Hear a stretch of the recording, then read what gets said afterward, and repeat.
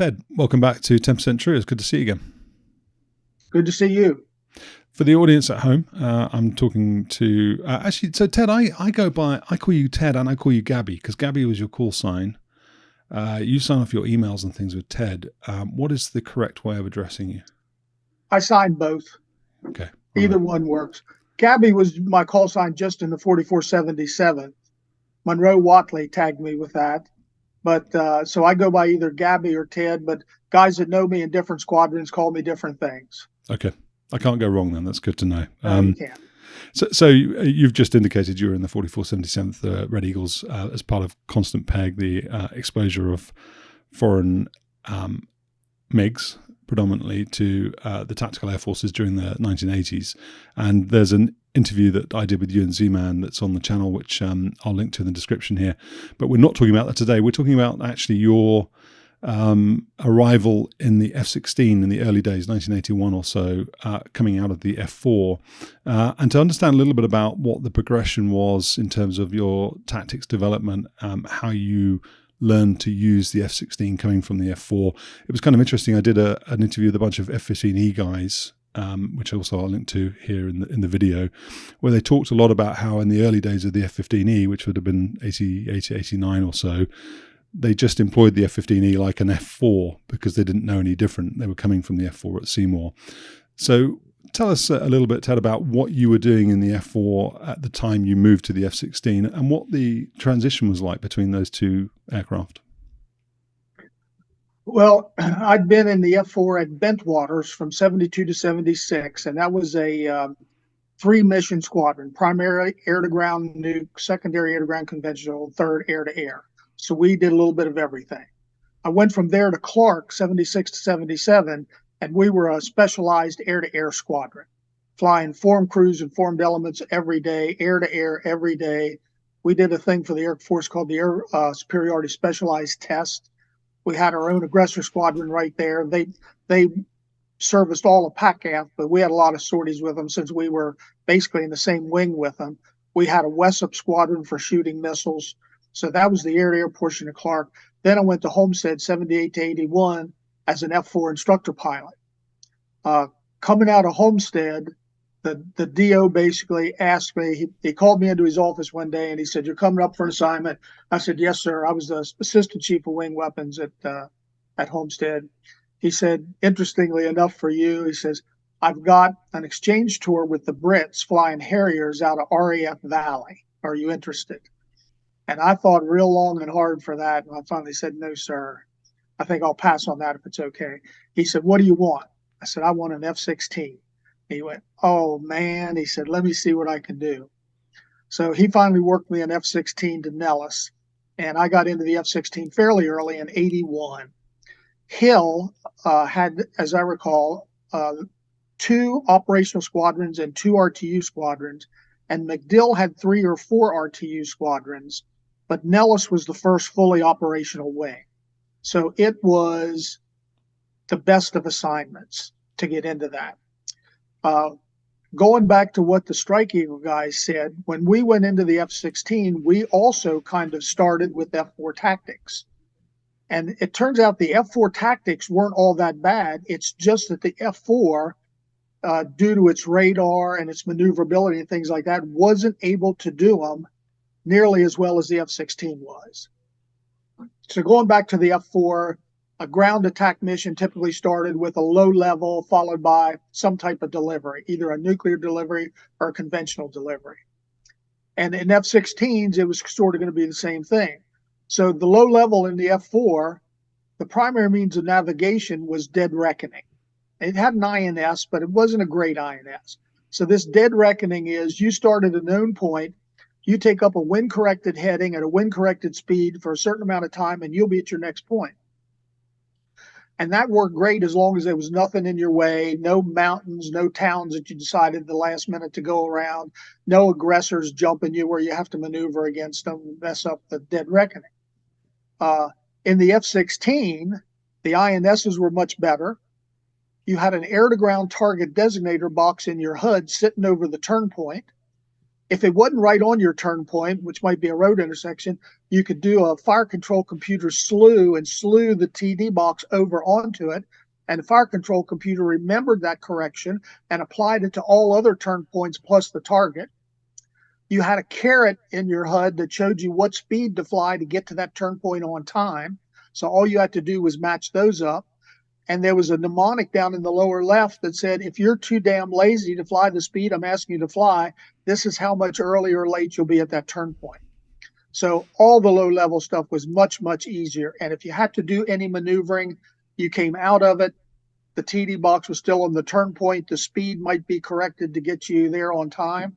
Correcting speed in an F4 was a nightmare. As I recall, you had to do something like if you pushed it up 60 knots for 1 minute, you gain 6 seconds or something like that. Well, the F-16, the computer took care of all that for you. So then you get to the target area. And let's talk about conventional first. You had two primary modes of delivery. You had direct and you had dive toss. Now, direct, you typically actioned to 3 to 4 miles, and you did your pop-up, and you had your pull-down, you had your apex, and you rolled in on the target, and you had to be at your exact dive angle, at your exact airspeed, pickle at your exact altitude, with the exact wind-corrected aim-off distance, and the pipper at the exact release point with pickle for the bomb to hit the target. That never happened. You were always either a little steep or a little shallow, a little fast or a little slow, little something else. And so you had to do some air analysis at the last minute. I'm going to pick a little high, I'm going to pick a little low, whatever. Didn't have to do that in the F-16. You just did your action point, rolled in, got close to where you wanted, put the aim off distance about where you wanted, rolled to the bomb fall line, went through the target, hold that to the pipper, got up to the target in CCIP, which was our normal delivery mode as continuous computed impact point, and pushed the button, and that's where the bomb hit. We called it the death dot. You put the pipper on the target and you push the button. To show you how accurate that was, when we would go to the range in the F-16 with TERs, triple ejector racks, and BDU-33s on the TERs, in the F4, we didn't pay attention to which bomb was coming off which TER or whatever. We were just trying to get it somewhere in the 75 or 150-foot circle. In the F-16, the first bomb would come off the left TER and go straight down. And so we would aim about 2 or 3 meters right of the target. The second bomb came off the right TER and went straight down. So we would aim about 3 or 4 meters left of the target. The third bomb came off the left TER, left shoulder, and ejected left. So there we were aiming about 5 meters right of the target. The fourth bomb came off the right TER and ejected left, almost right under the belly of the airplane. So aimed right at the target. The sixth bomb came off the left TER, right shoulder station. It ejected sort of under the bottom, so we aimed at the target. And the last bomb came off the right TER, right shoulder station, so we were aiming about 5 meters left of the target. And that's what you had to do in order to get bombs better than the rest of the guys in your flight. If you got a shack, which I forget if it was 3 meters or 5 meters, all that meant was you weren't going to lose money on that pass. You might not win it, because there might be 2 or 3 guys in the flight also get shacks, but at least you wouldn't lose money on that pass. So that's how accurate the CCIP was. It also had the dive toss mode like the F4 had in it. But in the F4 you rolled in, you got the radar ranging. The radar was basically at bore sight. And so it's looking across the ground, and you get a pretty big radar return on the scope. The shallower the dive angle, the bigger the radar return. And the backseater would lock that up, but you could see the radar in there kind of breathing, trying to find the best spot in that radar return to give that range to the computer to release the bomb. When dive toss worked well, it worked better than direct did in an F4. But when dive toss didn't work well, it was much, much, much worse. And because of that, you basically never used it except to try to qualify with it when you had to qualify once a year with the thing. But it was just too unpredictable. Later on, the units that got paved spike got the laser and could use that laser to input the range to the computer. Dive toss worked much better. Dive toss worked very, very well in the F-16. but it wasn't as good as CCIP. So that's what we used. And it was excellent. So those were basically the same type tactics that the F4 used, but done just much better and much more accurately. Let me talk about the radar in the F-16 just for a second. When you were coming in low level, I used to run 40-mile scope, 4-bar scan with the ACK symbols at 20 miles. And when you put the ACK symbols at a certain place, it would tell you the altitude that you were covering with that 4-bar radar beam. So an F-16 would cover 23,000 feet of altitude. So typically I'd look from about 3,000 below me to 20,000 above me, and I'd have the wingman looking 20,000 above to 40,000, 43,000 above us. So we're covering an area out in front of us, 60 degrees on either side, 40,000 feet of altitude out at 20 miles. And typically our radar contacts would be 25 or 30 miles on most fighter-sized targets. So the radar gave you a very good picture of that in the F-16. In the F-4, not so much. You know, you're looking up. There might be some clouds that might give some ground returns. There were things called stays, second time around echoes, where the radar would go out and it would listen for ones coming back, but some of the radar energy would keep coming out, and it would come back to the receiver the second time around and just put a couple little flecks on your scope that only stayed there for one sweep, and then they were gone. And the backseaters were back there. You know, they had to manually tilt the radar and gain it up and down. A little bit too much, they'd gain down, or not enough, they'd gain up. And it was just a real difficult thing to do with that F4 radar, even looking up.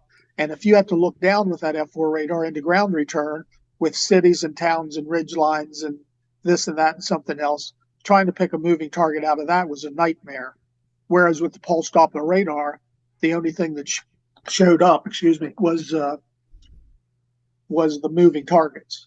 So the systems and everything were much better. The accuracy was much better. So it allowed us to do a lot of the things that we did in F4s, but did them much better.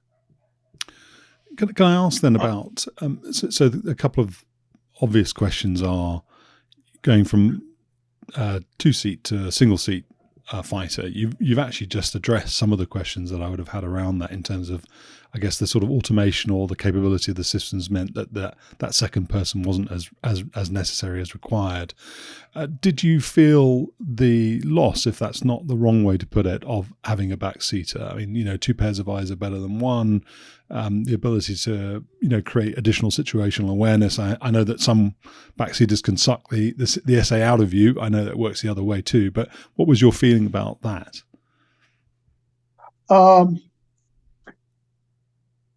There is benefit to a second set of eyes. There's no doubt about that. Part of the way the F-16 made up for that was an F-4, you could turn around, and if you push your head against the side of the canopy, you could see back maybe, I don't know, to within maybe 30 degrees of your tail. So you could turn around 150 degrees maybe and look. In the F-16, you could turn around right and see your left wingtip, and vice versa. I mean, you could just look right down the airplane. So it was distracting to do that, but you did have the capability to find guys that might have gotten behind you. The calm between a front and a back seater in an F4, crew coordination and knowing what to do was just very critical. And being able to pass information in short, easily understood bursts. If you didn't have that, you had the front seater and the back seater talking back and forth a good bit together. Then you had radio coming in from the flight lead or the wingman coming into you. Then you had the tone in the headset for angle of attack in the F4. Beep, beep, beep, beep, beep, beep. And if you add into that either AWACS or GCI, your hearing is just task saturated to where you can't hardly hear any of it.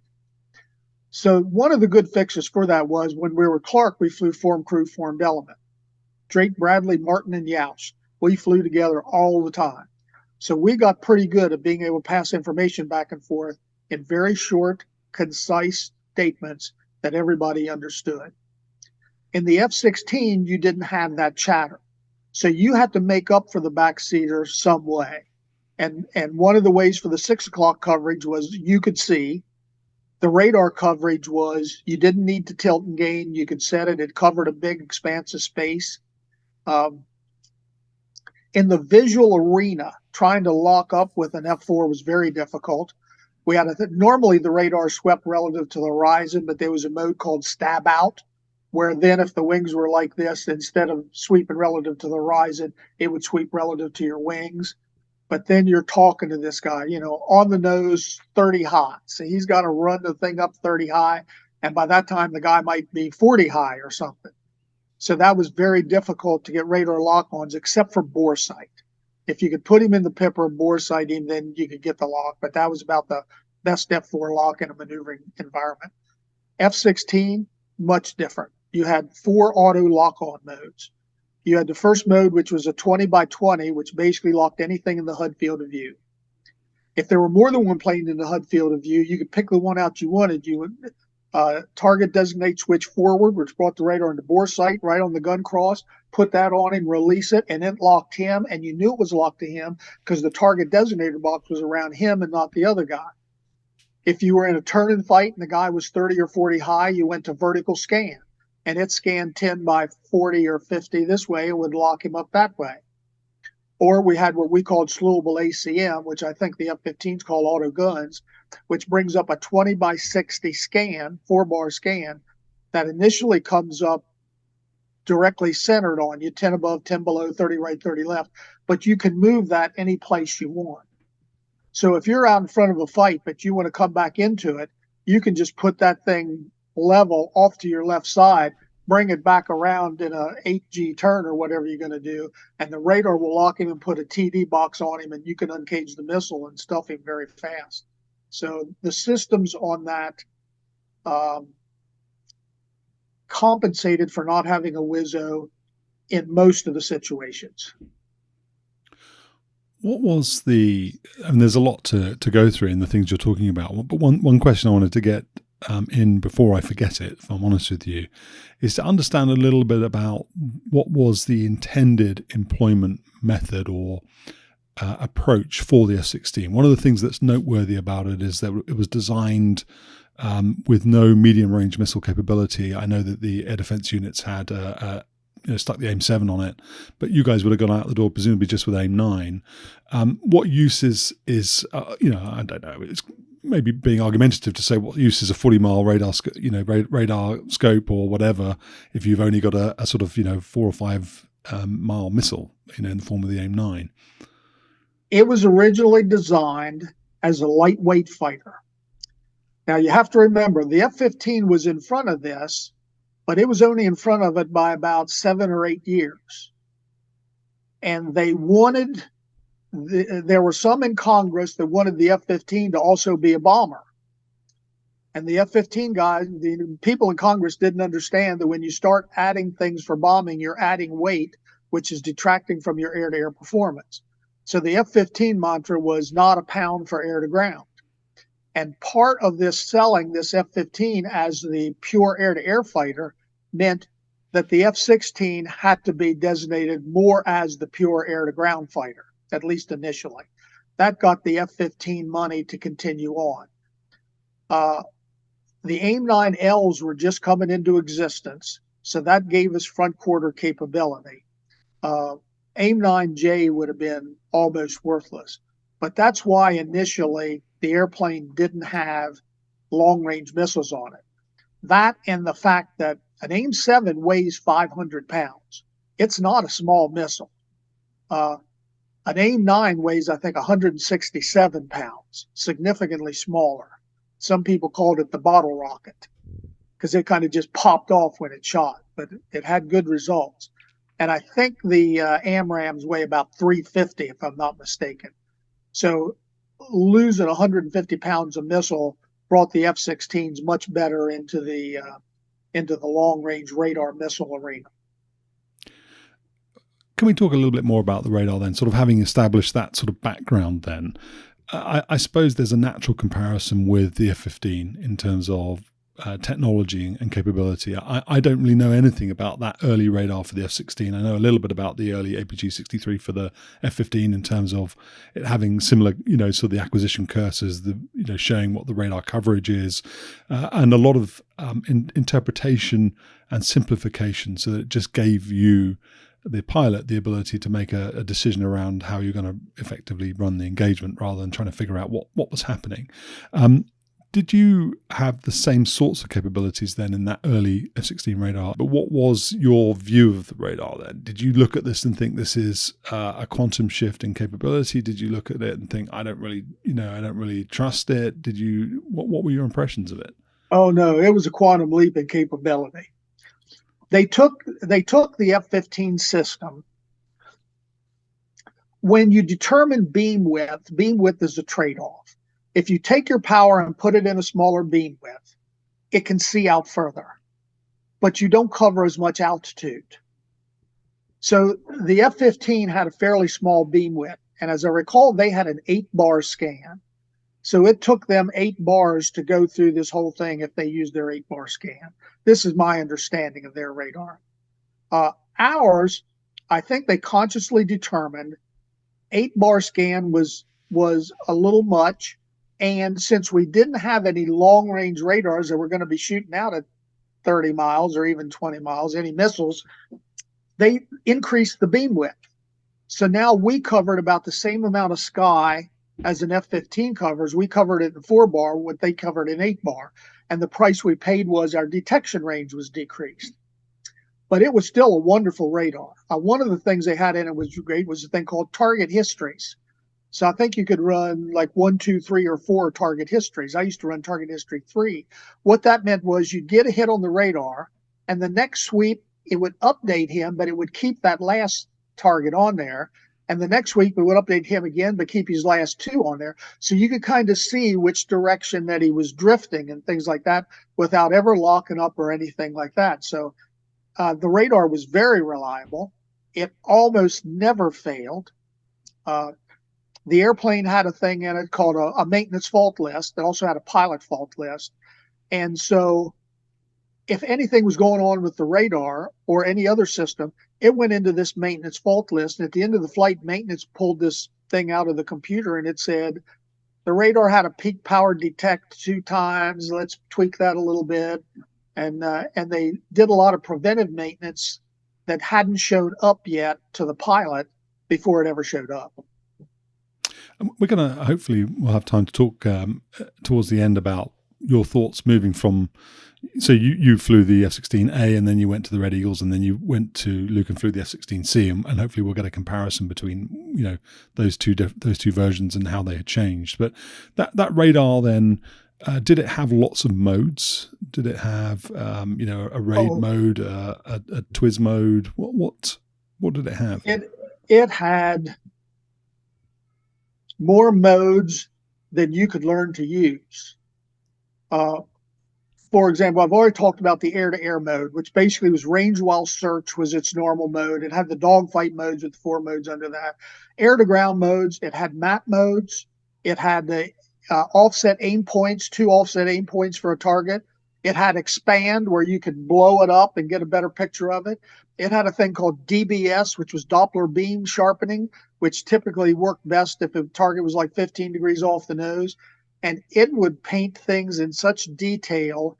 It was a little grainy, a little digitally, but you could paint the back 12 cables going across the runway with that thing in Doppler beam sharpening.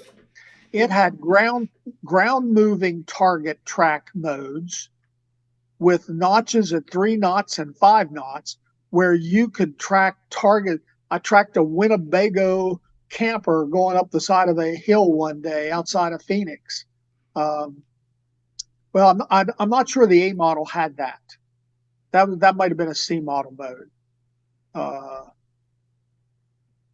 But it had like C1 and C2 for finding ships in low sea states and high sea states. It had a good many radar modes, but the A model radar did not have track while scan. It did not, which the C model did. It did not have non-cooperative target recognition, which the C model had. It did not have RAID cluster resolution, which the C model had. So the C model, which just came out about 6 or 7 years after the A, it was another quantum leap forward.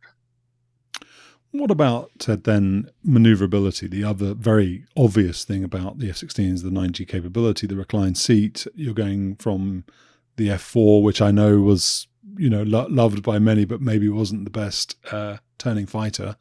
What sort of adjustments did you have to make? Did you have a sort of a program or a process where you built up to pulling 9Gs, or did you just go straight from the F4 into the F-16 and do whatever you wanted? You went straight from the F4 into the F-16 because nobody really knew that much about what was going to happen. F-16 was extremely maneuverable. A clean A model was unbeatable in a visual fight.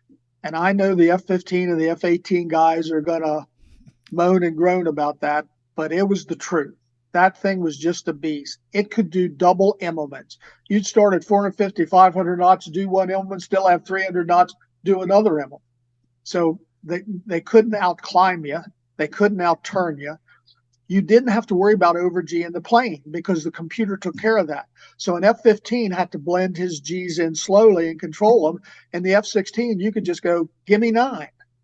And as much as I don't like to admit it now, some basic fighter maneuvering in the visual fight came down to just 2 things: throttle AB, stick full left, and hold it there till the airplane turned around and got behind him, and then uncage the missile and shoot or go to guns. So it was maneuverability was beyond anything that we'd ever imagined. You got to the point where you realized you had to be in fairly good shape to sustain these Gs. 9 Gs is hard to do. I mean, that G suit is cutting you in half. You have to ease off occasionally just so you can breathe. The reclined seat was meant to do 2 things, really. One, it reduced the distance between your brain and your heart so that the heart didn't have to pump blood quite as far up to keep it in your brain. But it also lowered the profile of the canopy just a little bit. So it was kind of a twofer. But the thing was, you're leaning back in this seat, and you don't fly offensive BFM like this. You fly it like this. So you got a 30-degree seat. What amounts to is you've got a 30-degree bend at your 6-7 cervical vertebrae. And a lot of guys had to have neck surgeries because of that. So you had to basically go to the gym. You had to lift some weights. You had to do some running, and you had to do neck exercises. They had to, do 10 of these and 10 to the back and 10 to the side and 10 to the front, trying to build up your neck muscles. The hardest fight you ever had in an F-16 was a similar fight against another F-16. I mean, it was just a G-pulling contest to see who could sustain the most Gs for the longest period of time. If you were defensive, your head typically flopped back against the seat, and my arm was stronger than my neck muscles. If I wanted my head to move left, I'd grab my oxygen mask with my left hand, and I'd pull my head over that way. And my head would then be trapped. And I could look behind me and fly the defensive BFM. If there was ever a reversal, I'd grab the oxygen mask and I'd push it over to the right, so my head was over there looking right. At 8 or 9 Gs, everything weighs more. Your head weighs more, and your blood weighs more. Everything weighs more. And it was a thing that you needed to be in better shape to fly that F-16. It had the clean A model. As I said, it was the most maneuverable thing I've ever flown. But then 2 things happened where they took some of that maneuverability away from us. First was, if the generator, it was an electric jet. It needed electrics to fly. And the things that really needed electrics to fly were the flight control computers. There were 4 of them. If the generator dropped offline, emergency power unit came online to provide electrics for the airplane. This was in the early days. Later on, they changed a lot of the electrics. The emergency power unit had a primary and a standby speed controller on it to keep it from overspeeding. But in the early days, neither one of those were working very well, or as well as they should have. And the emergency power unit was coming on and was overspeeding, which was putting an over voltage into the flight control computers. the A computer, which was the master, would detect this and just say, I can't take this voltage. You're going to burn the computers up. And it would shut down inputs to the flight control computers. Now, if your yaw channel goes to 0, your rudder centers and not much happens. If your roll channel goes to 0, your aileron center, and you're going to crash eventually, but probably not in the next 3 or 4 seconds. But if that horizontal stabilizer goes to neutral, depending upon the speed, you're going to crash right away. And this is going to be impossible to see, but the speed curve, the way it was, it would go way down, and then it would jump way up, and then it would kind of flatten. And where we were running around in our speed was right around up here, where if that horizontal stabilizer went to neutral, you got like minus 10 negative Gs. Hope the guy doesn't mind using his name, but there was a guy named John Carey who's going into Buckley one day, and his generator fails, the emergency power unit comes online, it overspeeds, everything goes to neutral. He gets this big minus negative Gs. His shoulders are up against the canopy. He can't reach the ejection handle. It does an outside Immelman, but the negative G, negative angle of attack, bled so much airspeed down. He's now down in that positive G area. It pendulums back down. I think he was like 90 nose down with 2,000 or 3,000 feet to go. He pulls the handle, never figuring he's going to get out, but wanted everyone to know that he didn't give up. He tried to the very end, and he wanted to die outside the airplane. He got 2 or 3 swings in the chute and hit the ground. John's face was black and blue from all the blood that had gone up to his head while he was under these negative Gs, but he got out of it. A couple months later, there was a guy up at Hill. I won't use his name. He was on the range. General Dynamics was out there with film crews filming it, and he experiences this same thing, and they watch his airplane start flying like this. And he wasn't able to, he did eventually, I think, get to the handle, but either he didn't clear the plane or he just barely cleared the plane and didn't get a full shoot, and he died. So that grounded the airplanes. 2 things came out of that. 1, they put a 3rd speed controller on the emergency power unit, but 2, they said if we take away 1.5 degrees of horizontal stabilizer authority from them, then that will shift this graph to where they're normally running around and they're up here in the area that's minus 10 negative Gs.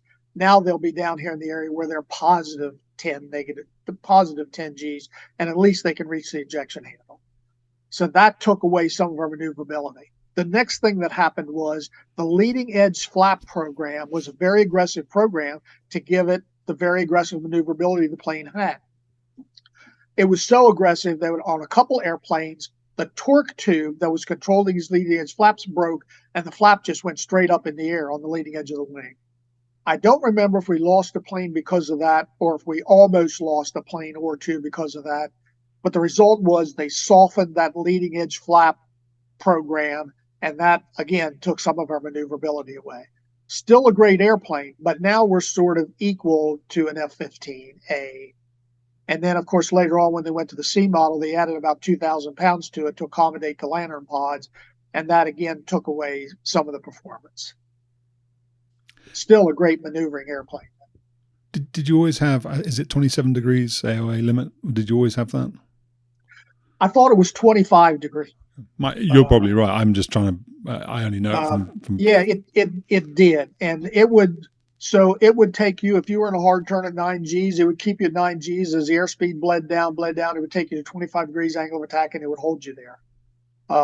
There were certain things you couldn't do because of that. You couldn't, like in the F4, we would teach stalls, landing configuration stalls, where you'd get the airspeed down, you'd get the buff, and you'd have to recover. At F-16, you couldn't do that. You had to power it idle and with the gear down and stuff. At level flight, the angle of attack would increase till it got to 25 degrees angle of attack, and then it would put you in a 700 to 800 foot per minute rate of descent at 25 degrees angle of attack. So that was always there. What about G-LOC then? So G-LOC presumably was a thing before the F-16. I mean, you can G-LOC at 3Gs, can't you? If you're tired, dehydrated, if you don't do, I think there was a Red Harriers pilot who G-LOC'd, and he did it in the circuit to land. I think it was a 5G break or something like that. G-LOC'd and unfortunately didn't get out of the airplane, so it killed him. Was he wearing a G suit? Yeah, he was, but he was tired. I think the accident investigation said he had flown several times in the last few days. This was his second display of the day, and maybe he just didn't strain. Went into the brake to land and didn't strain or something. I don't know. I mean, it was there were some extenuating circumstances by the sounds of it. But at any rate, you must have known about G-LOC. But did the incidence rate of G-LOC go up with that 9G capability? Were people smart enough just to let off the Gs a bit if they started to lose it? It went way up. I'd never really even heard of G-LOC before the F-16.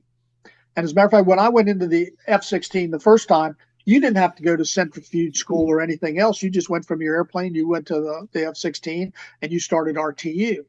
The first incidents that I know of G-LOC was up at Hill in RTU. There was a student in the front seat, an instructor pilot in the back seat. And during this thing, the student G-LOCs, G-induced loss of consciousness, where basically, I guess your audience understands about the blood draining from your brain and tunnel vision and things like that.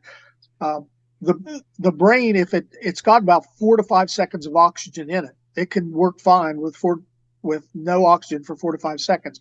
But when you exceed that, then it just shuts down immediately. There's no warning. There's nothing else. You're fine. The next second, you're unconscious. This student G-LOC, the back seater knows the airplane's going down, tells him to recover, recover, recover. When the student doesn't, then the back seater takes control of it and recovers the airplane.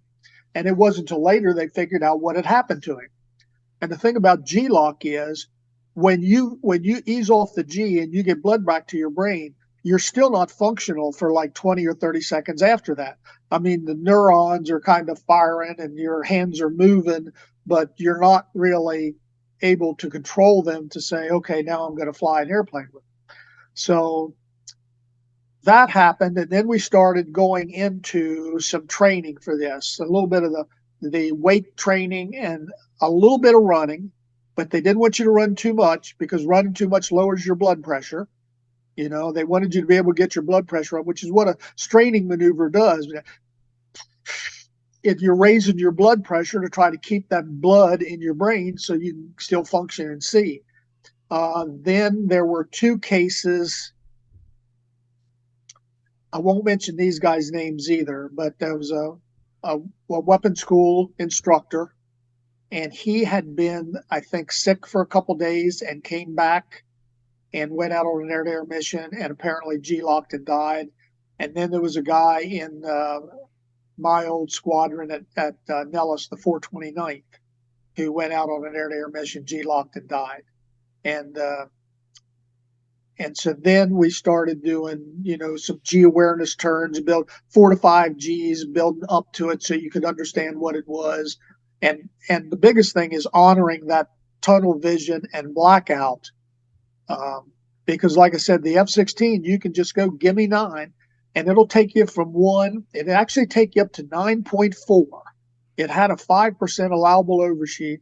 It'd take you to 9.4, and then it'd bring you back down 9.3, 9.2, 9.1, 9.0, and it just holds you there. Can you, because the audience is going to be aware of G-LOC and what it is, but they may not be aware of what it feels like. Can you describe the stages of, the increase, the loss of vision, increase in sort of perception around audio, and then give them a sense of what it's like? Well, I give you a sense of what it's like as much as I've experienced it. Every fighter pilot that's ever flown, as you're pulling Gs, you've got a G suit on, and in my years it was bladder and lower legs, and that starts inflating with air to keep pressure on those things so the blood won't go down there and pool. And you're doing this straining maneuver, increasing your blood pressure, trying to keep blood up to your head and your eyes. Your eyes have fluid in them, which is under pressure. And for blood to get oxygen to your eyes, it's got to be more pressure than is required to get it to your brain. So the result of that is, if you're pulling too much G, the indication that you're pulling a lot of G is the first thing that happens is you start to lose your peripheral vision, tunnel vision. You can still see in the center, but you're losing the outside of it. If you keep pulling, you will go to blackout. Now, blackout isn't unconsciousness. It's just you can't see at all. You're perfectly conscious. So you got to ask yourself at that point, what good am I doing if I can't see? I got to at least be able to see a little bit. So most people then ease off the G to where you can start getting your vision back and then fly from there. If you keep pulling after the blackout, at some point you're going to get to the point maybe where you lose consciousness. I've seen pictures in the simulator of what guys did when this thing happened. And what it was they were fighting, and eventually they just slump. And they just kind of bouncing around. And as they start coming back to again, we called it doing the chicken, because you're just taught your head and your arms, and you're just kind of, and then that starts settling down after 20 or 30 seconds, and then you can fly again. And these guys at the end of it were totally exhausted. I mean, that apparently just drains all energy out of you. Today they've got the auto, I can't remember what it's called, but it's auto collision avoidance. Maybe it's called Auto-GCAS, ground collision avoidance. And so it's saved a few guys even today in the F-16 community from flying into the ground following G-LOC. It sounds like. Yeah, I didn't have that on any of the planes I flew. So having established then, you've got this great radar, you have a fantastic weapons aiming computer and the ability to go and find targets and not worry too much about where you are, because the airplane will keep track of that and get you in the right direction and onto the right timeline. What was the first couple of years of flying the F-16 like then? So how did, on the basis of that technological advancement, how did tactics evolve and what things led to that development? We just got a lot more aggressive. For example, I was in the F-16 wing at Nellis. So we had down the street, we had the weapons schools, and we'd fly against the aggressors, we'd fly against the 15 weapons school, we'd fly against the 422 during some of their tests. We got to do just a whole bunch of things that most units don't get to do. Now, in an F4, a 1v1 an F4 against an F5, that's a really tough fight for the F4. Because the F5's got better turn rate and better turn radius, and the F4's got to try to keep its speed up and do these big vertical maneuvers and keep sight of this little guy all while you're doing it. And it was a real difficult thing to even come out neutral, and most of the time you lost. In the F-16, we just enjoyed the payback. Okay. One, we had the newest airplanes there. They even smelled new, Steve. I went to pick one up at the factory, and I mean, it smelled like a new car. They were all 378, 379, 380, 381, 382, 383, 384. They're all in numerical order. They're brand new. They're the sexiest looking things I'd ever seen in my life, except for a few girls maybe. But we go down the street and do a 1v1 against the F5s, and it was just, the roles were totally reversed. We just owned them. It had to be at least 2v1 to be anywhere near challenging, and really 3v1 was probably an equal fight. Okay, so before you go any further, how on earth do you do a 3v1? So there's one of you, there's three little F5s swirling around. How do you do that? Well, first of all, if you start with a 2v4, and one of them aborts and one of you aborts, so that ends up 3v1. So this one, we go into the fight. I've got all three of them on radar. I come down quick and I kill the trailing guy right there. So now it's 2v1. It takes about 180 degrees a turn for me to kill the second guy. The third guy's now maneuvering back towards the stern. You extend out of the fight. I was like 4 miles out of this fight. And I put it in slowable ACM, bring it around the corner. It locks him up. I shoot an AIM-9, and then I go in and I gun. And in the debrief, because this was an aggressor upgrade, the guy goes through the thing and he says, and it's not a bad statement to make. He said, you got the first kill. That was good. You got the second kill, and you'd extended out of the fight and were safe. He says, it might have been just good just to keep on going. You've got 2 kills and not risk your airplane coming back into a fight with a guy that's at your 6 o'clock, even at 4 miles. And I said, hold it. I said, 3v1, you might have a slight advantage. 2v1, I've definitely got an advantage. 1v1, I own the fight. I am not going to let you get away. I'm going to hunt you down and kill you. And that was just the mindset that you could do with that little thing, not because you were a great fighter pilot, but because you were flying a great fighter.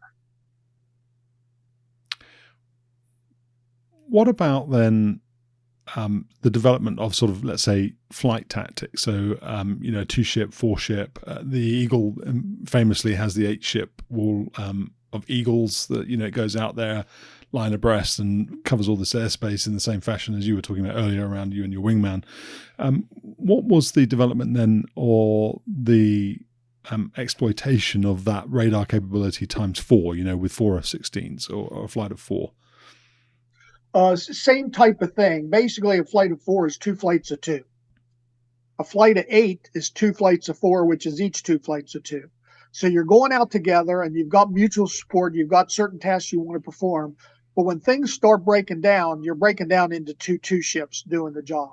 That was the same way in the F-4 as it was in the F-16, but the F-16 was just so much better at it. The radar lock-on modes were so much better.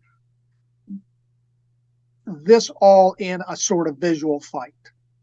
Now, if you're starting out at 30 miles and you're flying against Eagles with AIM-7s with NCTR, then eventually when you get into this, you're going to have to do 2 types of defensive maneuvers. If you think you're targeted, you're going to have to try to notch their radar. Put it on the notch where it can no longer determine what's you and what's ground, because your closing velocity on you is the same as the ground. Hopefully that's it. And I would typically do a little bit of weave there just to make sure I was in the notch. Eventually then, as they're getting in closer, you're going to do infrared missile defense. So you're going to have to come to idle and turn into and break into them. And as soon as you're inside the range for that and out of his gun plane, then you can start getting back and you can maneuver. And that was a tough thing to do, but it was possible to do. You could defeat an Eagle, AIM-7, AIM-9, and a gun and win it. But he had the advantage in that arena, definitely. Visual arena, the F-16 had it, but in the all aspect arena, out at long range, the Eagle had it.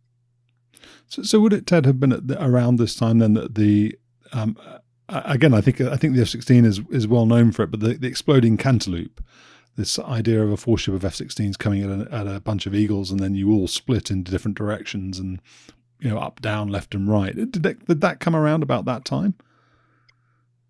I never had it with 8 airplanes. I never even had it dissimilar. We did fly 1v1v1v1s, where you would have different ways to split up. Sometimes you would take the 4-ship straight up in the air, and 4 would roll, he'd go that way, 1 go that way, the wingman would peel off and go that way.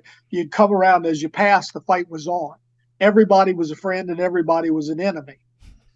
That did have some good learning objectives to it, but the generals and things, when they learned about it, they didn't really care for it and they put it into it.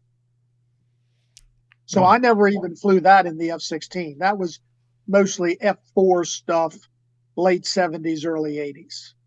Was this part of the culture of zero tolerance around aircraft losses then? You lost an aircraft, and if you were a wing commander, you'd lose your job regardless of why?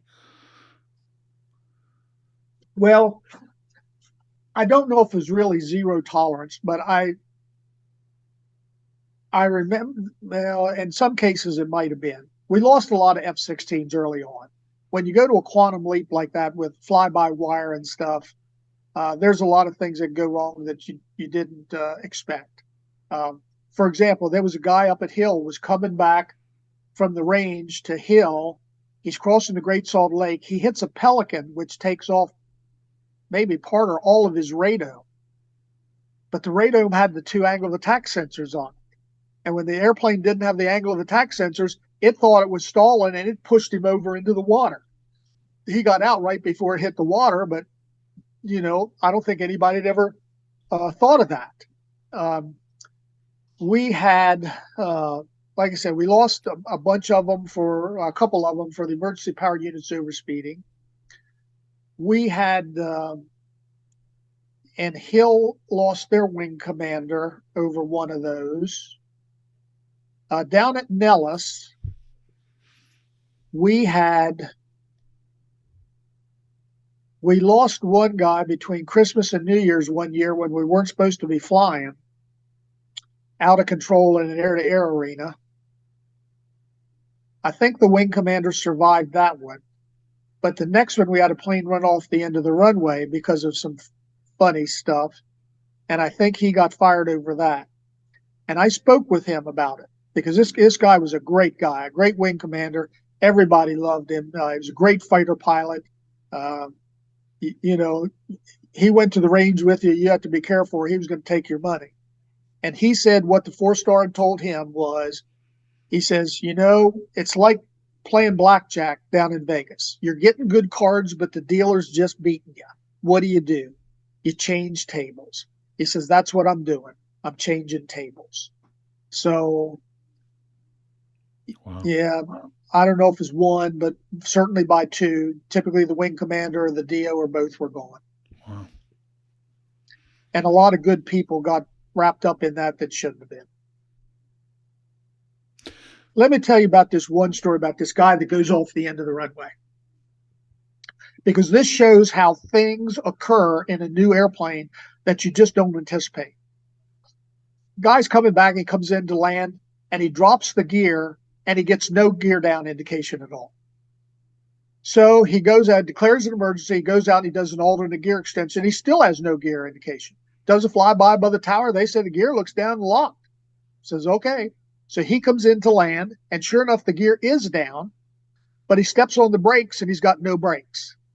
So we had channel 1 and channel 2. He goes to channel 2 brakes. He goes in, no brakes.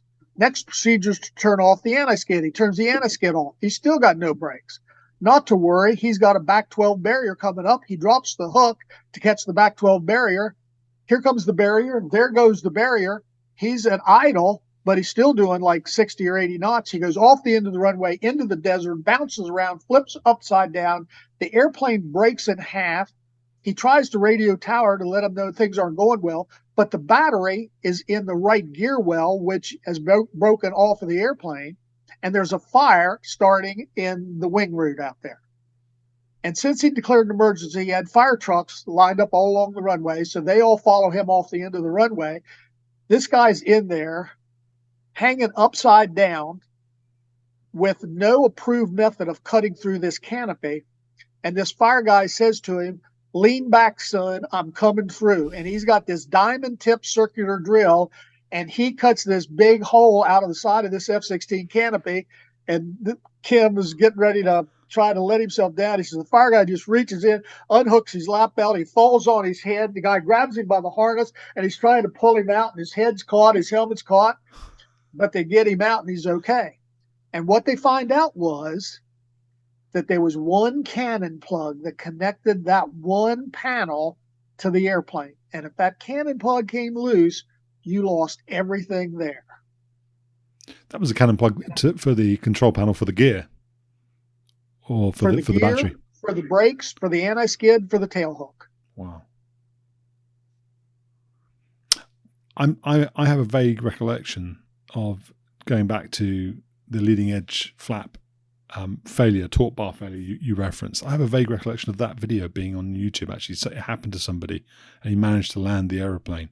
You can see him going in, he's all sort of skewed to one side, I guess, where, you know, there's a bunch of drag on one side and none on the other. And I think he managed to land that. But yeah, it's interesting. Those are the sorts of things that you only find out by flying. What did you do then in terms of execution of mission? So you've talked about becoming more aggressive. You've talked about in the F4, you know, you would have not much of a chance if you were bounced, and it would mess up all of your calculations around sort of where you were and getting time on target. But I suppose one of the things I think about with the F-16 is if you're going to go and do an air-to-ground mission, I'm guessing in those days you'd have been carrying, you know, Mark 82, Mark 84, maybe some CBU. You'd have been heavy. If you're going to be aggressive going to the target then and you get bounced and you're heavy, can you still fight, or are you going to have to jettison those weapons in order to take out the bouncer?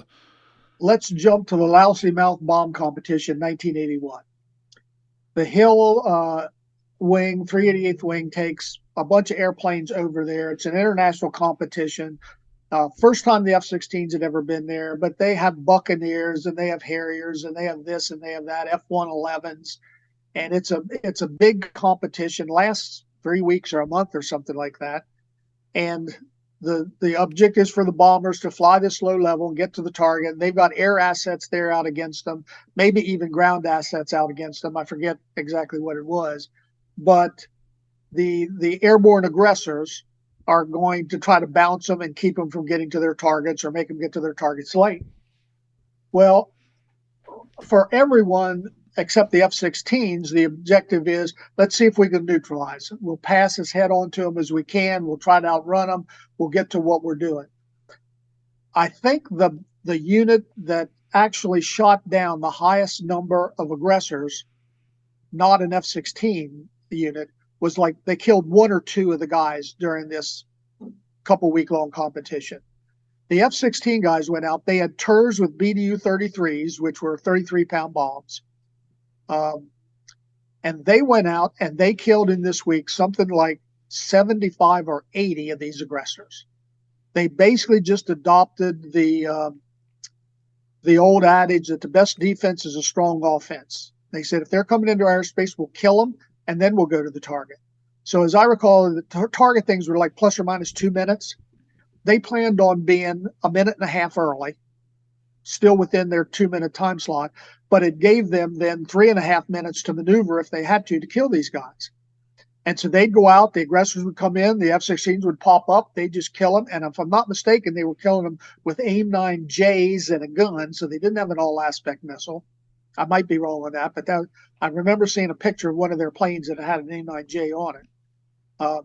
And the aggressors would come back in the debrief and they would say, yes, but if you had Mark 82s or Mark 84s on board, that extra weight and drag, you wouldn't be able to do that. And the 16 guys said, yeah, we probably would. We just have to use burner. The aggressor guys thought they'd been using burner all the time and they'd just been using mill power. So you still have capability, but there is a limit to the capability.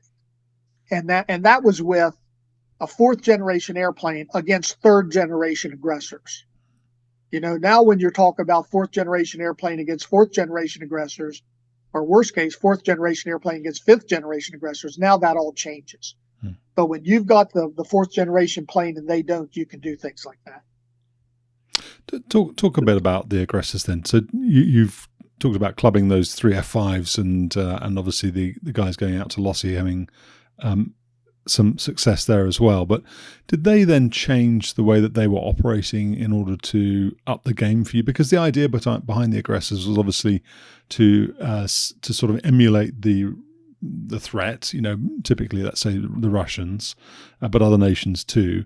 But they weren't constrained to only their tactics. They were also there to try and, I suppose, you know, show you what a really capable adversary would look like, even if, you know, it wasn't that realistic. So did they start changing the way they did business in order to keep you guys on your toes? They did some. They quickly learned what we could do, and they tried to come up with ways to hide guys or do high-low splits or do drags or things like that. Try to notch our radar too, to try to get a guy into the fight unobserved. They, you know, typically they were emulating fishbeds and floggers. So a fishbed's a very maneuverable airplane, but doesn't have a lot of all-aspect weapons. The Flogger had some all-aspect weapons, but was not maneuverable at all. But the aggressors, you know, as fighter pilots don't want to lose, they didn't want to lose either. So they started emulating what we called flog beds, which was the maneuverability of a MiG-21 with the apex missile system of a Flogger. So, yeah, they adapted some. They tried to do, you know, what they could to keep things real. You went to the Red Eagles. We've already talked about that, and you became eventually the high time MiG-23 guy on that squadron. But first, you flew the MiG-21. So coming from that F-16A and going to the MiG-21, and this would have been, I guess, the F-13, the CE, Fishbed CE, or I don't know if you flew the J7s, I don't know if you flew the Chinese ones, but what did you therefore do, knowing how capable the F-16A was, to sort of figure out how to beat that in a MiG-21? because people talk about the low speed capability, particularly of those fishbed CEs, nose pointing ability, that is counter to, I guess, a 25-degree angle of attack limit that you had in the F-16. How would you beat an F-16 in a fishbed CE? As maneuverable as that F-16 was, at slow speed, that MiG-21 was better, especially that fishbed C model, because it didn't have really much weight in the nose. It only had that high fix radar, which is a range-only radar. So what we do with them, even if they started offensive against us, we just wind that turn up. And that delta wing MiG-21 bled airspeed faster than any airplane you've ever been in your life. If you started going north at 450 and put it into a 6.5 G turn, by the time you were through west, it was at 350, through south at 250, through east, you were 150 knots, and then you could jack the nose up and fly it like a kite easily at 90 knots. F-16, as I recall, 100, 105 knots, something like that. So, and the MiG-21, we had the big test pilot airspeed indicators in them that read, they went around once for every 100 knots, and then there was a number in the center that read what the 100 was. So you could fly, as I recall, our MiG-21 stalled between 77 and 72 knots, depending on how much gas you had in them. So, and if the airplane stalled, the only thing that happened was the nose dropped and rolled off on a wing. By that time, you had 110 knots again, and you could bring the nose back up. So what we did against all those airplanes that thought they had a very good slow speed capability was we just wrap that turn up, jack the nose up, fly it like a kite. Typically, they had overshot just a little bit and might still be slowly behind us, but they could see themselves slowly walking forward on this. And we could just talk to them on the radio. How's this looking to you? He says, it's not looking very good. Yeah, let's knock it off. So that taught them that they needed to maintain some space between them and this thing, that they couldn't just go right for guns. Did you have a chance to fly against Constant Peg or to be exposed to the Constant Peg program before you went to the Red Eagles to be part of it? Yeah. So had you learned that already then? I guess what I'm asking is, was the understanding or the level of sophistication around a performance profile or an exposure in 1981 mature enough to really teach a new F-16, because the F-16 is new, to teach a new F-16 guy what he should or should not do? Yeah, because the 4477 guys would tell you this in the briefing. This wasn't something, the Constant Peg program wasn't something to just go out there and trial and error it. They would tell you, because they had flown against F-16s from the 422, who had them before a lot of other people had them and stuff. They knew what the airplane could do, and they knew what they could do. And so they would tell you in the briefing. Typically, we'd have, when debts would come in, you'd get a security in brief, you get a local area briefing, then you get an hour on the MiG-21 and an hour on MiG-23.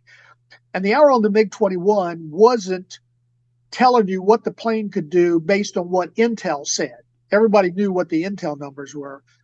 We would tell them, or they would tell us, depending on which side we were flying on, what the plane could do well, what we liked to do with it and why, and what it could do but didn't do very well and why we didn't like to do that with it. So the 4477 guys, when I flew with them and my group, they told us all, this is your strength, this is how you beat it, this is how you're going to lose to it if you get too tight and he jams you, this is how it's going to turn out. But they also kind of said, if you feel the need to see this firsthand, do it now. So you can see how this is. And so you typically get 2 or 3 engagements with the MiG-21. So you could try one of them where you got in tight and saw, and then you could try the other ones where you maintained some more spacing on them, kept a little bit more away from them. I'm going to just, I suppose, demonstrate my ignorance here. But so if the MiG-21 then is really going to intimidate by sort of nose pointing, by pointing its nose at you wherever you are in the circle, how do you beat it? Oh, well, you stay away. As he's winding this turn up, you kind of lag it out a little bit to maintain some spacing so that you can get some turn radius and come back in and shoot him with a missile, or maintain enough spacing that you can come back in and get your nose on him outside of 1,500 feet for gun range. You're probably going to be closing on him, but if he's doing 90 knots and you're doing 105, you're not closing real fast. You've just got to have enough spacing to allow that to happen. Now, this is all just a 1v1 visual fight where no one's really going to die at the end of it. If you start adding in tactics for the MiG-21, the MiG-21's probably going to try to stay fast too, as long as he can, and only wind that up to keep himself from dying.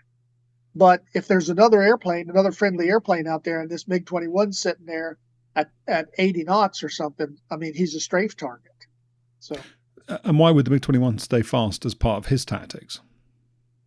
Well, because he doesn't necessarily want to get in that slow speed fight anyway if there's more than one airplane.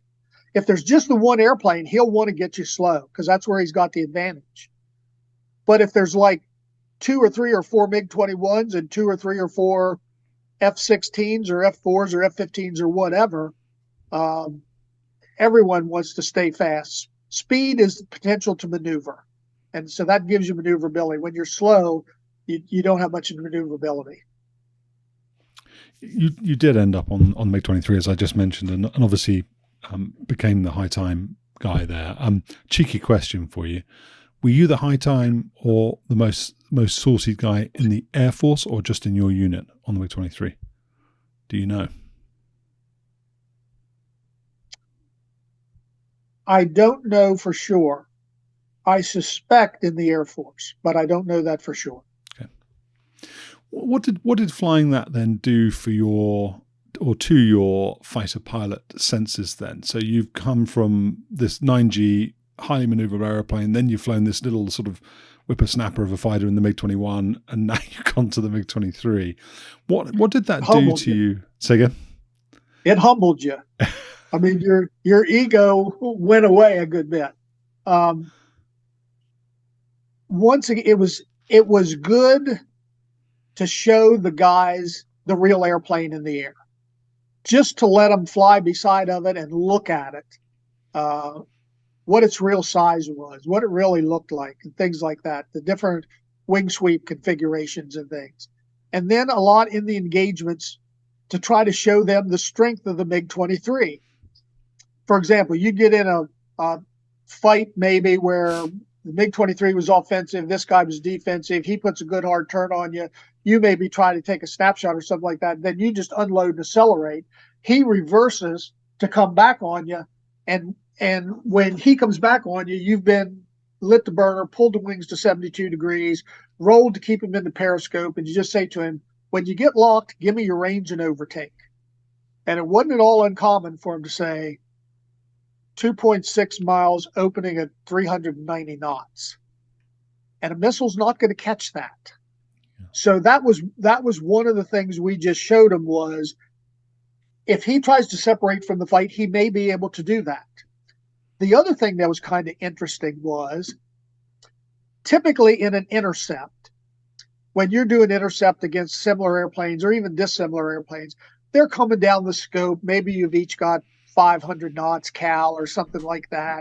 And you put the act symbols on the guy and you lock him up. And the radar, when you lock, it goes into a little scan looking for it, and then it locks it up. Well, when they were doing intercepts against us with maybe a MiG-21 and a MiG-23, the MiG-21 was the slowest of the two, and he's coming in at 600 or 6.25, and the MiG-23 is coming in at 700 plus. So a lot of the guys, 15s and 16s, they put the act symbols on him, and they try to lock, and by the time the radar got to locking him, he had flown out of the act symbols down the bottom. So now the radar goes back to search, and now instead of him being 25 miles, he's 20 miles. And if they tried that again and didn't work, then it was 15 miles. So what the lesson learned there was put him at the top of the act symbols. So if he's going real fast, let him fly into the gate and not out of it. Yeah. So there were some lessons that could be learned there. And there were some things of altitude splits and things in energy. Like if you had that thing going 700 knots, and we did what we called astro hog, which was took it up in a big loop with the wings at 72 degrees. If you started at 15,000 feet, you came over the top at 35,000 feet. So a lot of other airplanes could do their Immelman with you, but now they're below you. You know, they didn't start with as much energy as you had. So there were a few lessons learned that they could get in there, but most of the guys, certainly all the fourth generation fighters, just ate a MiG-23. I don't think I ever got a valid shot on a 4th generation fighter the whole time I was flying it. You were simulating AA8, the aphid, or is it Apex? I can't remember which one it is. Well, Apex and aphid. Okay. Apex was the radar missile. AA7 Apex was it, and the AA8 was their aphid. Okay, that was the IR. Was it the IR? Yeah. Yeah. Yeah, aphid was IR. AA8. Yeah, and fights on, once they put the turn on you, things, I just don't, I might have got a few snapshots, but that was probably about it. I think I got a couple valid shots on a couple F4s, but that was about it.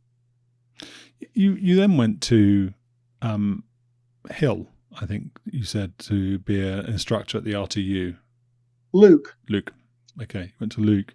Was that a natural place to send somebody with the experience that you had just gained? I mean, I would have thought somebody with your experience would want to they'd want to send to a frontline unit where, because I'm guessing you couldn't say too much. I mean, those guys going through the RTU wouldn't have been read into constant peg at that point, presumably, and so were you somewhat hamstrung in what you could do to share the knowledge?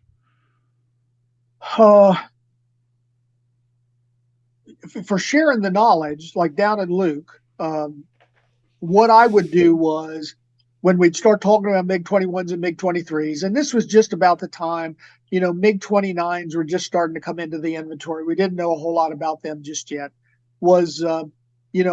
I've heard that if you do this against the MiG-21, this will happen. I've read somewhere if you did this, MiG-23 would do this. So that's how you could impart knowledge to the other guys in the thing. I ended up at Luke primarily, I think, because my wife at the time had a job in Las Vegas, and they had a company down in Phoenix, and so she could transfer directly to that company.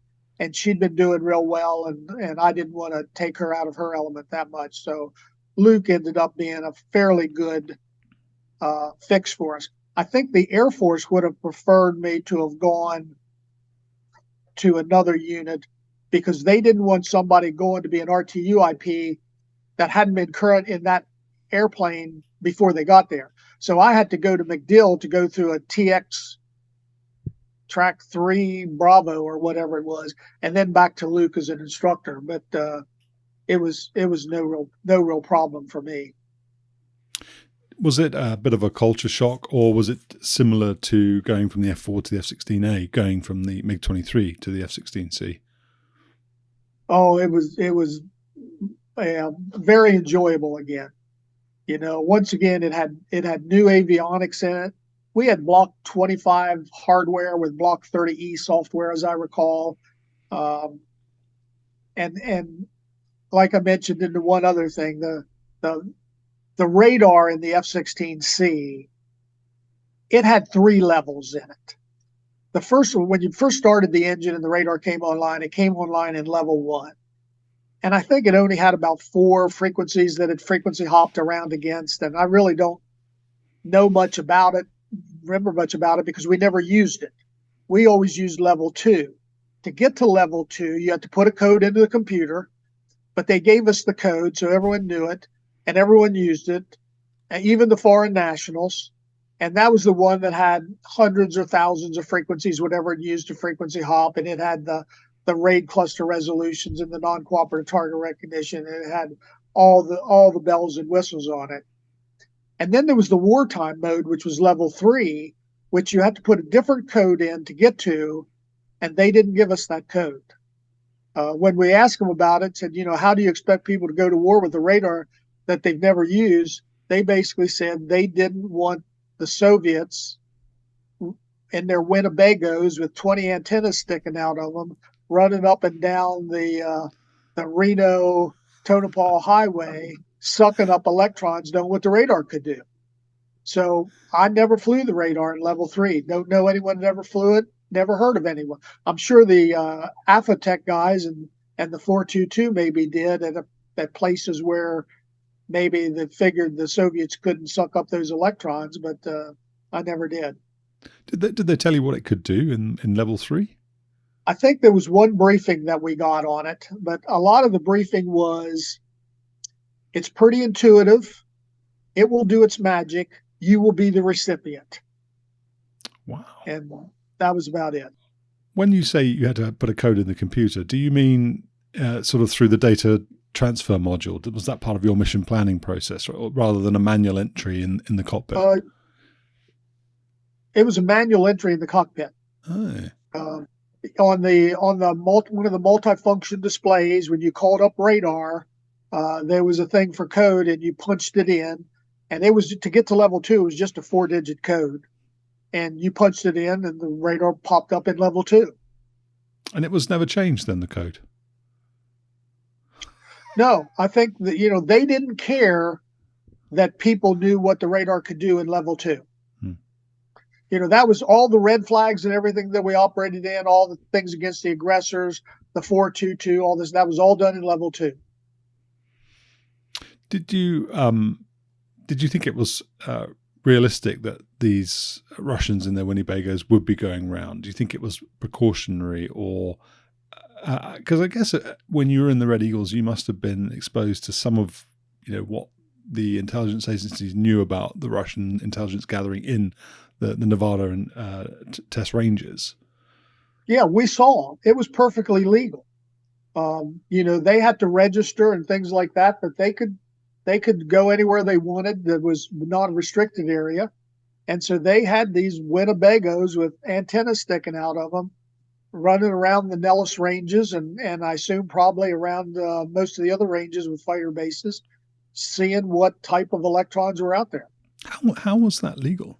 That wouldn't be legal today. It's an agreement that the United States has with Russia. We could do that on about the same level over there, and we sucked up electronic intelligence over there. Oh, I didn't know that. I mean, I knew about is it the Bricksmiths? I can't remember what it's called. There was the sort of East and West Germany thing where you could go.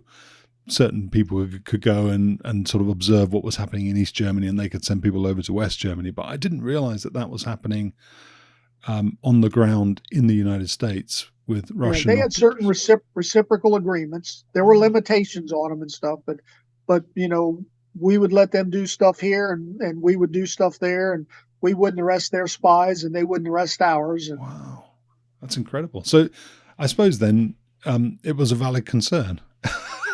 So it was a real thing.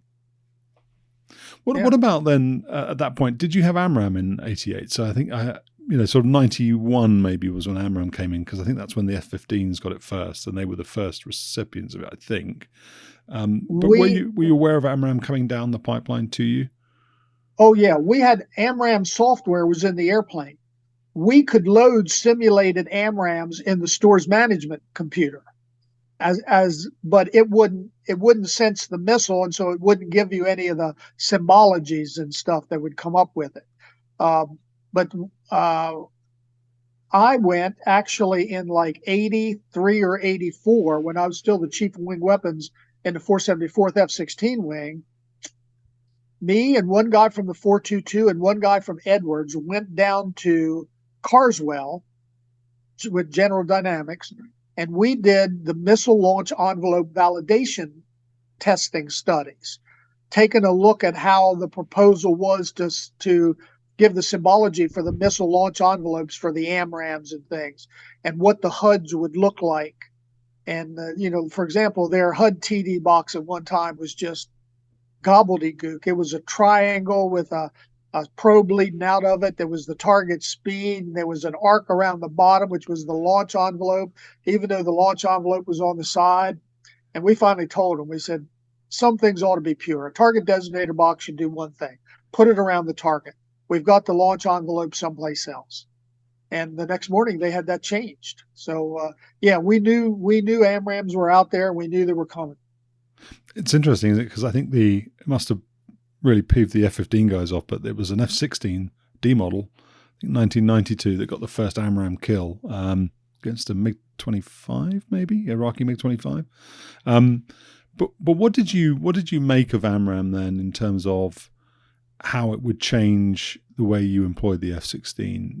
I'm making the assumption that it would change the way you'd employ the F-16, because coming from what you've just described about being aggressive with AIM-9s, Sure. It gave you the head-on, not only the head-on capability, because for an AIM-7, you have to maintain lock onto that target till the radar hits. You are illuminating that target.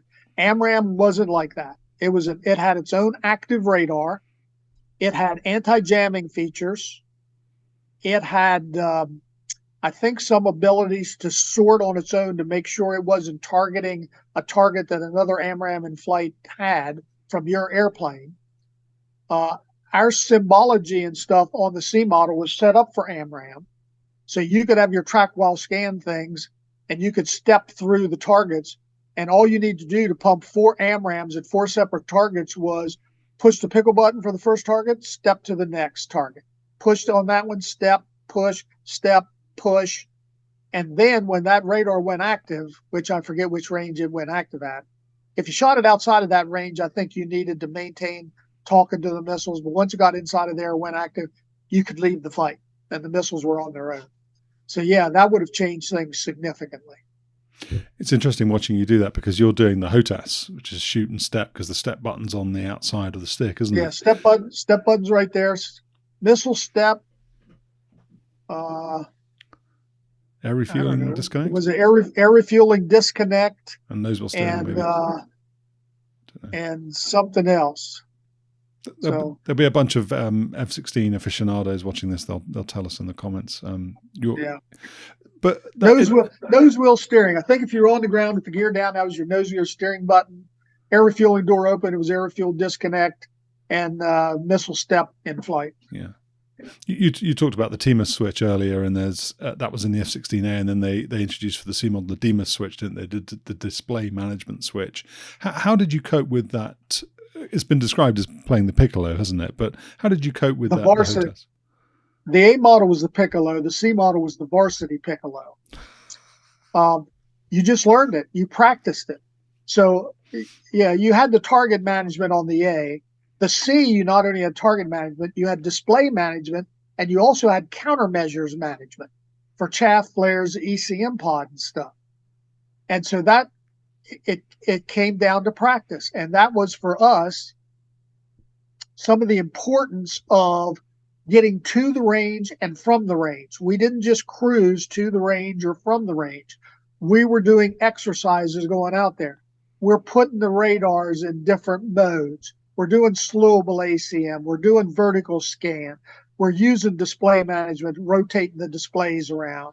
That's where you got a lot of the practice on using these things, because, that was just your right hand, and in your left hand, you had your radios, UHF, VHF, you had the missile cage, uncaged, you had gun ranging, you had the cursor slew. There was just a whole bunch of things, but it was a lot easier than if you'd have to punched up here or gone down on a side panel. So, speaking of things that you had, one of the other things that I understand was a new thing for single seat fighters, at least, was the RAW. Didn't it have sort of digitized or synthetic sounds for each threat system? So an SA2 would have a certain sound, an SA3 would have a certain sound, SA5 would have a different sound, and you could learn all those using a computer program on the ground. Is that true? Not the way I remember it. In the early model RAW radar homing warning in the F4, you were hearing raw audio coming in. So each system did have a different sound to it. But in the F-16 radar warning receiver, you typically got, unless you did something funny, you typically got what we called new guy audio, which meant when a new guy came on the scope, you got 7 beeps of new guy audio, just beep, beep, beep, beep, beep, beep, beep, beep. And that was for you to look to the raw gear to see what else had come up on the scope.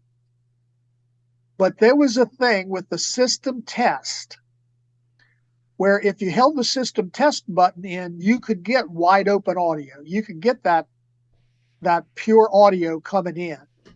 And some guys, not me, some guys would go to the officers club at lunchtime and get a toothpick And for their afternoon sorties, they'd go out and they'd take that raw gear, they'd push the button in, they'd jam the toothpick in beside of it and snap it off. And that would hold that raw gear button in so they'd get wide open audio instead of just the 7 beeps of new guy audio.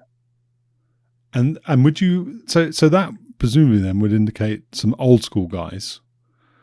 So you wouldn't, I mean, a new guy to the airplane wouldn't do that. So, but how would you know what you were listening to then? From whatever came up on the scope. Okay. Because it would come up on the scope like as a 6 or a 3 or something like that, that showed you what threats were there. And as I recall, the one ring was the threat ring.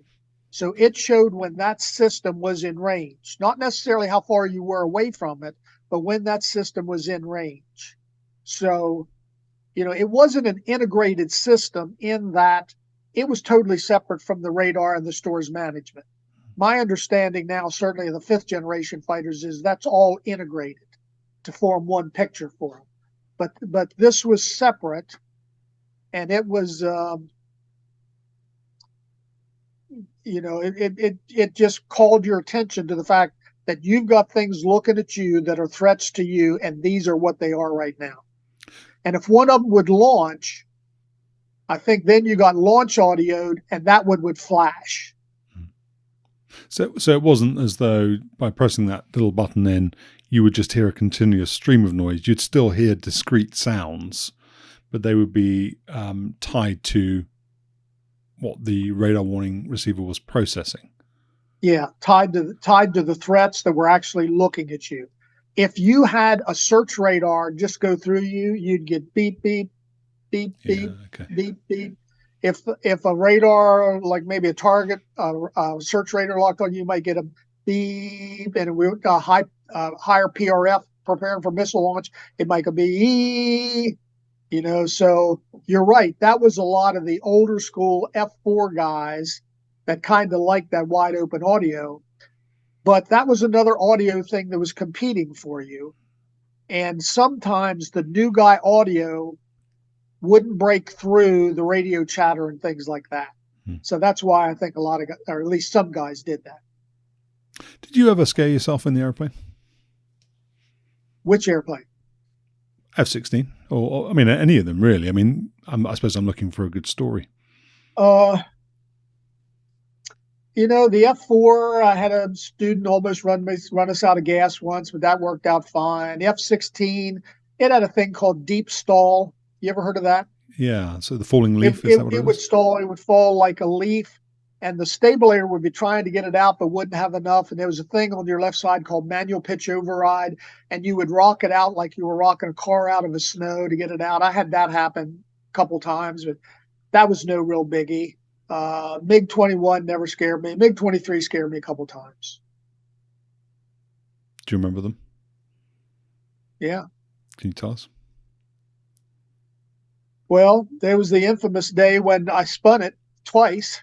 Fighting 2 F-16s, kicked them across the tail and was going to do this reversal on them. And, they were 2 miles away or something. Have you ever heard of a thing called adverse yaw? Mm-hmm. Adverse yaw on the F4. If you wanted to roll left, you'd put the left aileron, or the right aileron would go down, which would cause more lift on that wing, and it would roll left. But when you got it at a high enough angle of attack, that flap going down on that side caused more drag than it did lift. And so the airplane then would yaw to the right, which put this wing then getting more lift than this one, and the airplane would actually roll left. So that was called adverse yaw.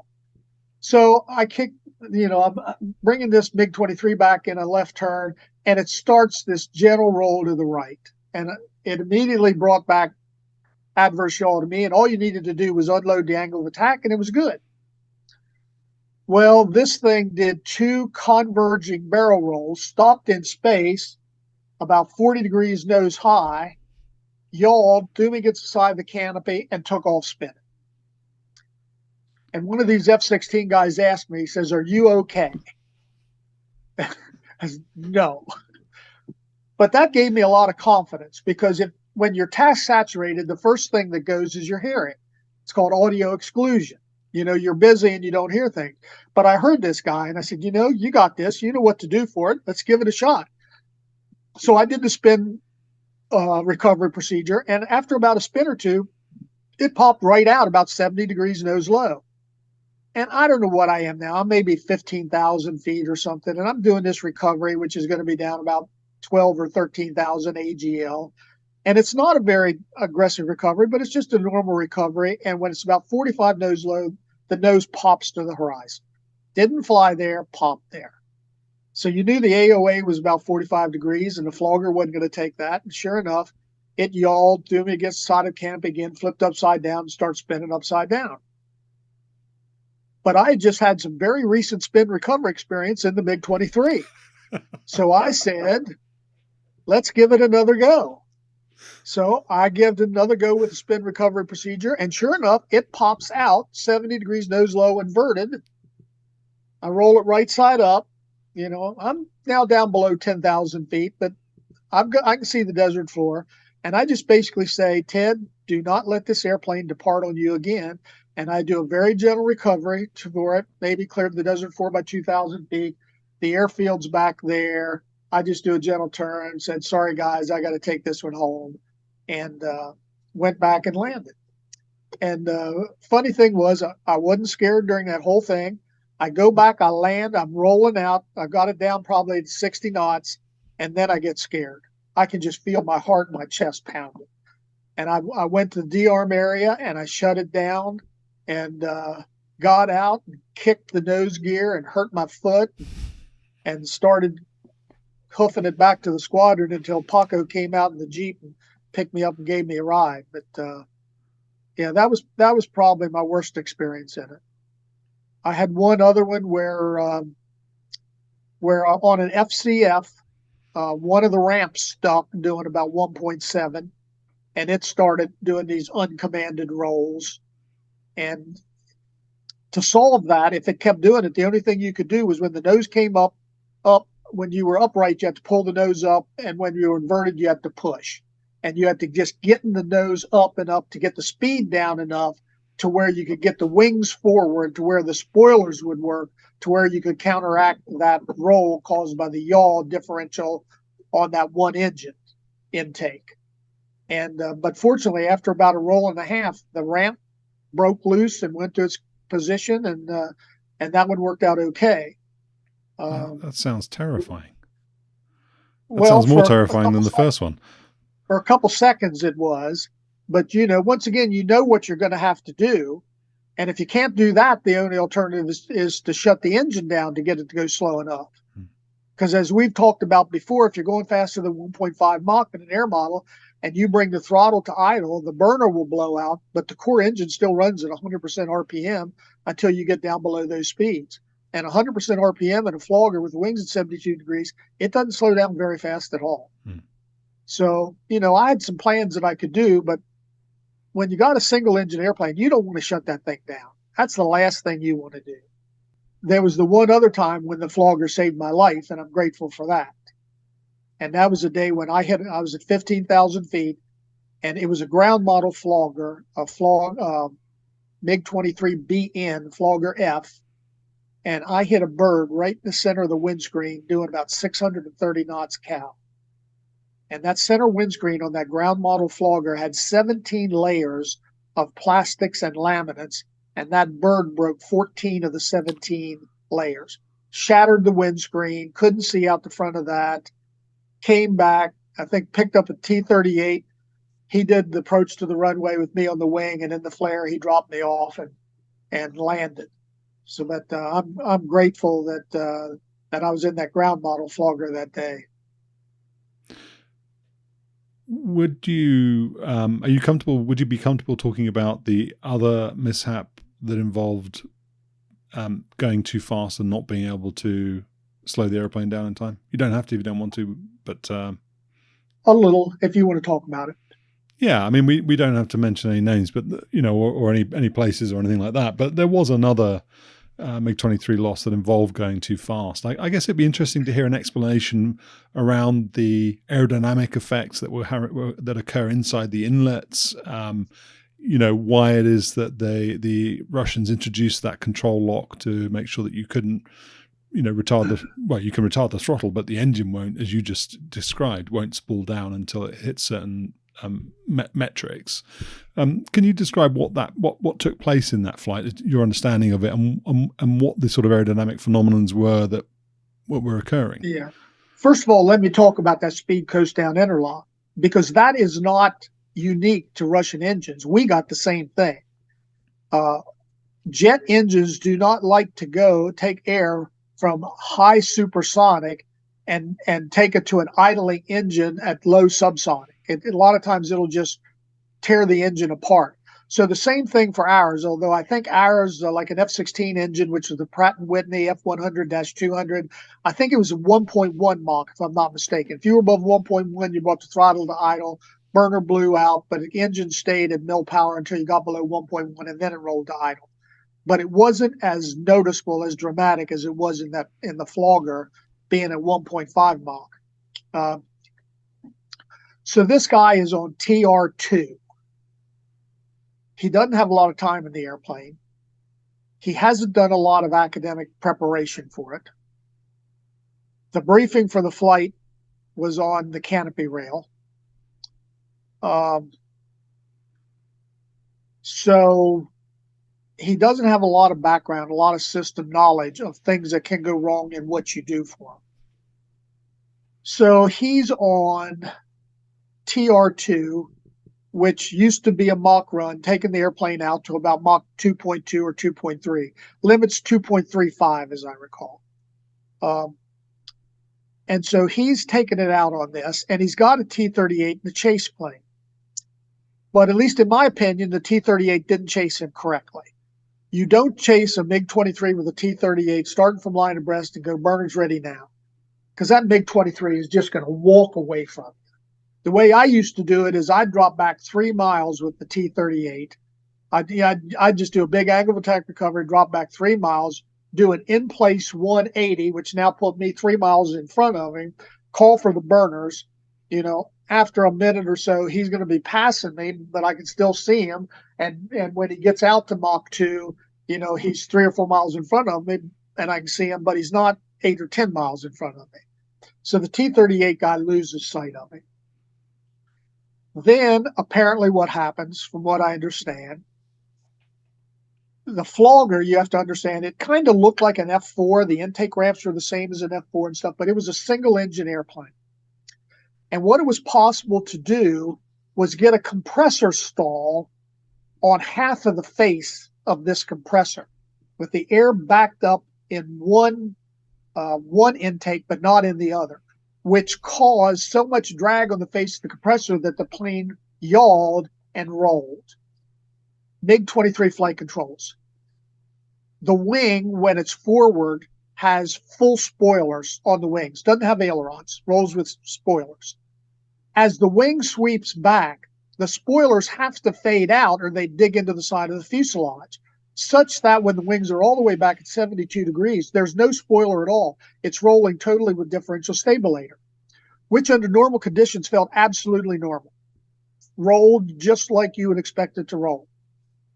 But when you've got this stall in one side of the intake, one intake, and one side of the compressor, which causes this roll, which causes this yaw, this roll, the stabilator doesn't have enough control authority to counteract that. So you've got to get something to counteract it. And the only thing they'll do is spoilers. So you've got to get the airplane slowed down enough that you can get the wings forward to get the spoilers to work into where they can stop this roll. And there's only 2 ways you can really do it. One is, because if you're going straight and level with a MiG-23 doing Mach 2, and you bring the throttle to idle, which means the burner blows out, but the engine stays at mil power, you're sitting there watching this, you're doing Mach 2,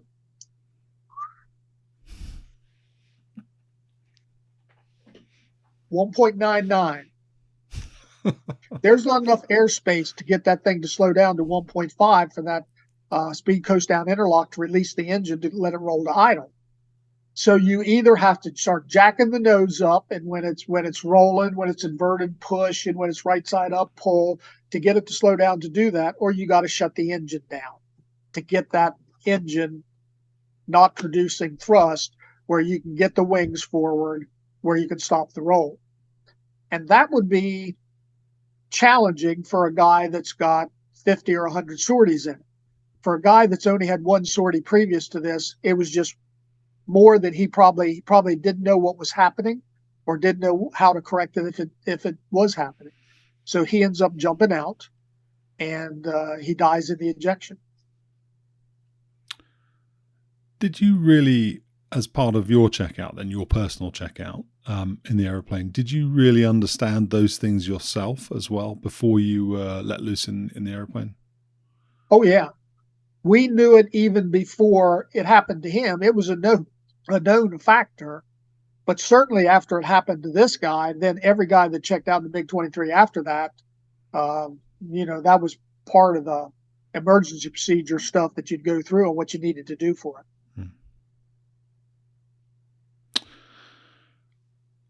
You said at the beginning that you were called Gabby in the 4477th. Where does that come from then? Check out in the MiG-21. You flew. Well, let me go to total checkout, because this checkout was simple, but it was beautiful in its simplicity. You had about 2 weeks of academics, and then on Wednesday the second week, you went out with your IP and you just did an engine start. You started the engine, shut it down. He jumped in and went and flew a BFM mission. On Thursday of that second week, you did a slow taxi. So you got in and you started the engine. You'd done that once before. That's not new. But now you're going to taxi the airplane. And especially the early model MiG-21Cs, they didn't have nose gear steering. So getting it out of the chocks and into the chocks was some of the most challenging things you did. You had to get them enough power to get the speed going enough, to get the turn going without stopping, because then you couldn't power up because you'd blow over the crew chiefs and the age equipment and stuff. So anyway, you taxi out, and your call sign is zigzag 01. And so you taxi out, and your IP's chasing you in a Jeep, and you go down to the arming area, and they arm you up, and you go out on the runway, and you taxi down the length of the runway at taxi speed, which for us was about 70 knots. And the reason for that is MiG-23 brakes run off of air. It didn't have nose gear steering, so you steered it with differential brakes. Now, the F4 had a pneumatic system too, but it had a pump on it where if you used some of the air out of it, the pump replenished it up to the normal pressure, which I think was 2,000 PSI. MiG-21 didn't have that. You got a certain amount of air to use for that flight, and when that air was up, you were done. No more brakes.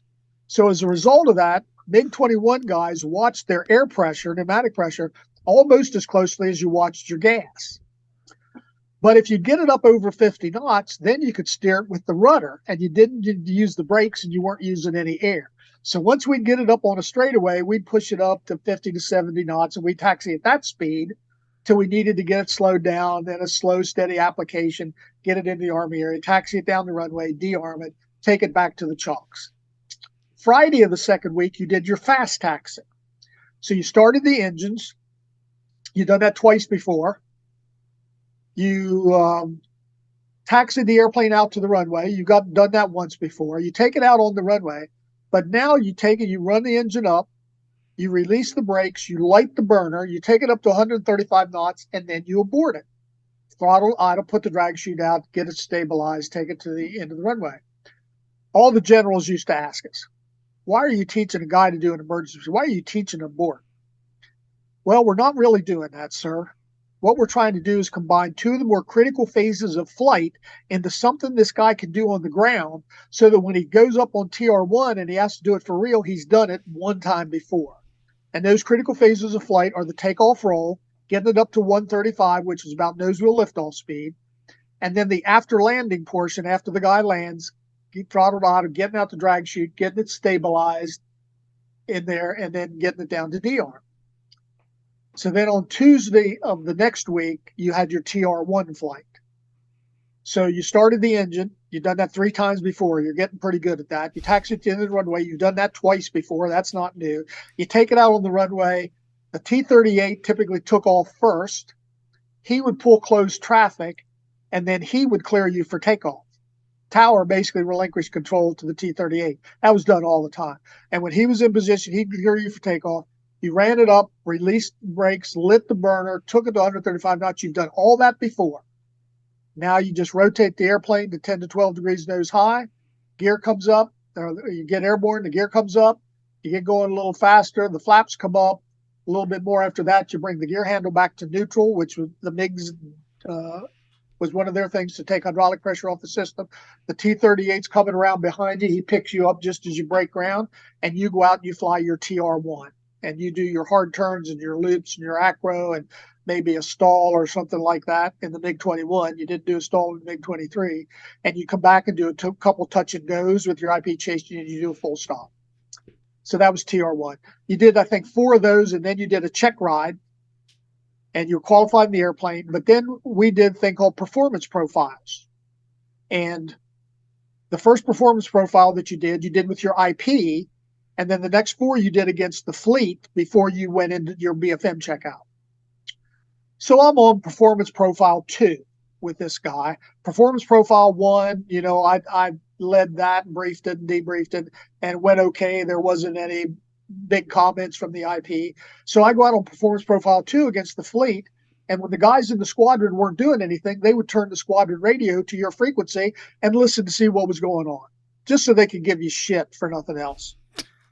So I come back from that, and we used to have a thing called valet parking. Our fuel pit was just across from the squadron. We'd just pull the MiG into the fuel pit. The maintenance guys would fuel and push it back to the chocks, and you'd just go in the squadron. So I go in the squadron, and Monroe Watley's in there, and he goes, no. He says, you didn't talk to him enough. He says, you need to tell him about this. You need to tell him about that. You need to tell him about this other thing. And I said, okay.